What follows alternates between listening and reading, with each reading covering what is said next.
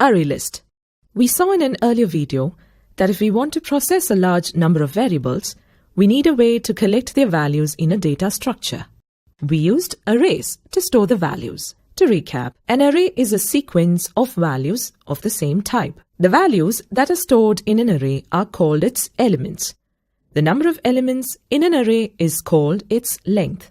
Although arrays are a quick, ordered, and efficient list of things, they suffer from a limitation.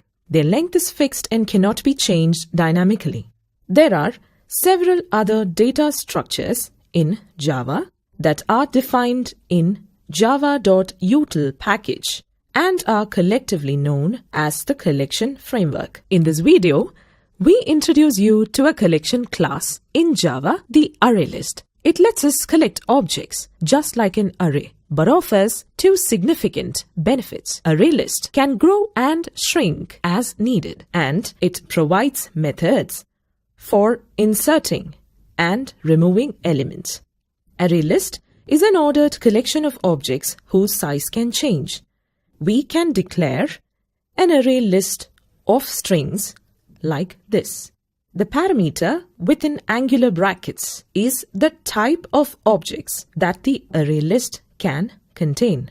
This code will construct an array list object of size 0 and assign it to a reference variable, city names. Initial capacity of the list is 10. To add an object to the list, we will use the add method. The size increases when elements are added. Now the size becomes 2. A new element is added to the end of the list. Now the size becomes 3. We can get the current size of a list by calling the size method. This will return 3. To fetch the value of an element in the list, we use the get method. Index values start at 0. This will return the element at index 1, that is Paris. We can also replace an existing value with a new one by using the set method. Elements can be added in the middle of the list by calling add method with an index. This will move all elements with index 1 or larger by 1 position and add Berlin at index 1. There is also a remove method that removes an element at an index and moves all elements after the removed element to one lower index. Let's revisit the benefits of using an array list. Arraylist maintains the insertion order of elements added to the list, can grow and shrink dynamically. Elements can be added or removed from a particular position. Provides methods to manipulate the stored objects. Let's recap. In this video, we learned that Arraylist is an important data structure in Java.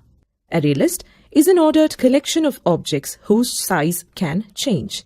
An arraylist is constructed by creating a new object of the Arraylist class and passing a type parameter for the type of elements the arraylist should contain. Elements can be added to the list using the add method and fetched using the get method. There are other utility methods to add and remove elements from middle of the list. There are significant benefits that the array list offers.